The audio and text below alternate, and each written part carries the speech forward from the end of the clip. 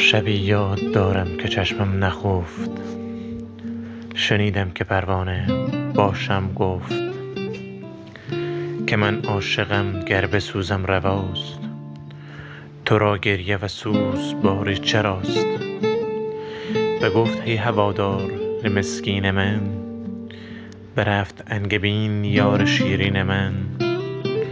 چو شیرینی از من به در می رود، چو فرهادم آتش به سر می رود.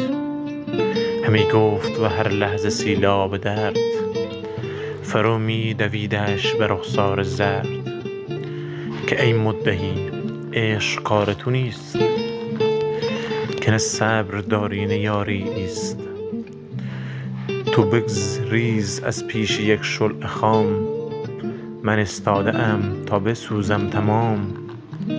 تو را آتش عشق اگر پر بسوخت، مرا بین که از پای تا سر بسوخت.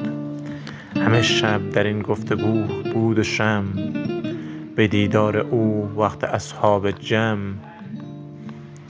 نرفته ز شب همچنان بهره ای، که ناگه بگشتش پری چهره ای. همی گفت و می رفت دودش به سر، همی بود پایان عشق ای پسر.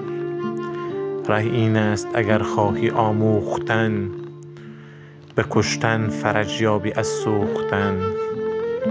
مکن گریه بر گور مقتول دوست، قل الحمدلله که مقتول هوست. اگر عاشقی سرمشقی از مرض، چو سعدی فرو شوی دست از غرض. فدایی ندارد ز مقصود چنگ، وگر بر سرش تیر باران و سنگ. به دریا مرو گفتمت زینهار، وگر می روی تن به طوفان سپار.